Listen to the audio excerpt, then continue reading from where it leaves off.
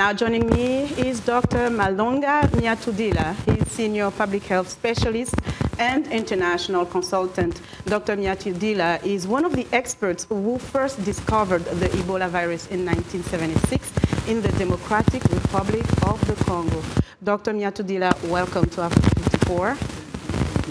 It's so good to have you here. Listen, we see there is an outbreak currently in the DRC of Ebola. What is your assessment of the current outbreak?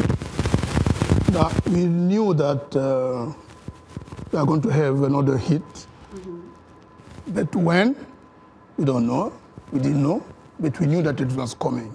Because we are going to live with Ebola for maybe the next 10, 20 years. And Ebola is there. Okay. Ebola is in the forest, and we are encroaching the forest now. Okay. So now we are going to the home of the virus. That's one thing, the forest. And then you have bats. Also, the bats are resistant. They don't die from that virus, so they live with the virus. But once other humans or other animals come in contact with the reservoir of the virus, this is when we have the problem. So it's very hard for us to know when and where Ebola is going to strike, but we know it's going to strike. So what's interesting here with the DRC is the fact that the country has an experience in dealing with Ebola. This is your 9th outbreak since 1976. Can you give us a sense of what is the Ebola, the anti-Ebola recipe, if I may use that term, or strategy that the DRC have embraced over the years? Yeah, we have learned that first, Ebola is not that is less dangerous than malaria, for instance. So it's an enemy that we know. We know the weakness of Ebola. And yeah, we know that it kills 75% of people who are infected, but we know also how to deal with Ebola. So the main recipe is social control.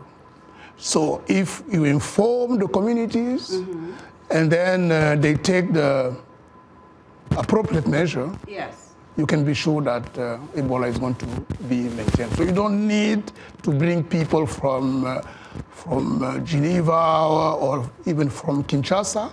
But once the problem is known, just empower the community to take care of the problem. Okay. So this is how we deal with the problem.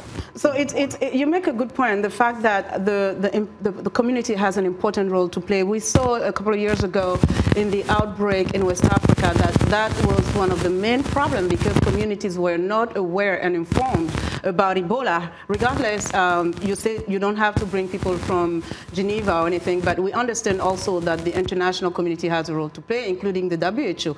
So tell us about how the combination of expertise, perhaps, or even what is the critical role that the community plays? The community has to be in the driver's seat. Okay. And everything outside the community, even the province, the capital, the national capital, Geneva, are there to support what the communities are doing and not to substitute. So the mistake that was made in West Africa was that, okay, we thought that the community is going to, to accept our coming in their land without even asking them to do something. We are going to take care of Ebola. So Ebola became a medical problem.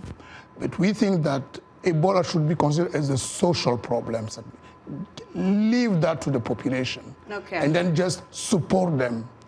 So have you seen any changes in the way that the virus spreads, or perhaps the way that the epidemic spreads since 1976, when you first discovered this with some of your colleagues? Well, the West Africa epidemic creates some problems with us because the weaknesses of Ebola consist of it's a very stupid virus. It attacks a person and then kills the person within let's say, 2 weeks, while the HIV virus is more intelligent. First, it will stay with you, and it gives you the chance to spread it to other people. But Ebola doesn't do that. It kills the person, so it doesn't have the time to pass to other people. Okay, so once you stop the transmission, the outbreak is over. Now, in West Africa, we gave time to Ebola to really spread for more than 1 year. And this is where we became concerned, but because maybe during those transmission, the virus is going to adapt, to change its behavior and its composition.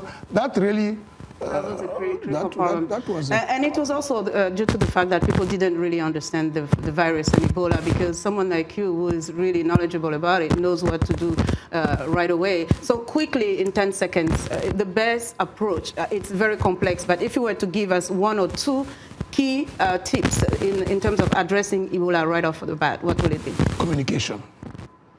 Communication, communication, communication. Okay. Communication is key. Dr. Miatudila, thank you so much for joining us.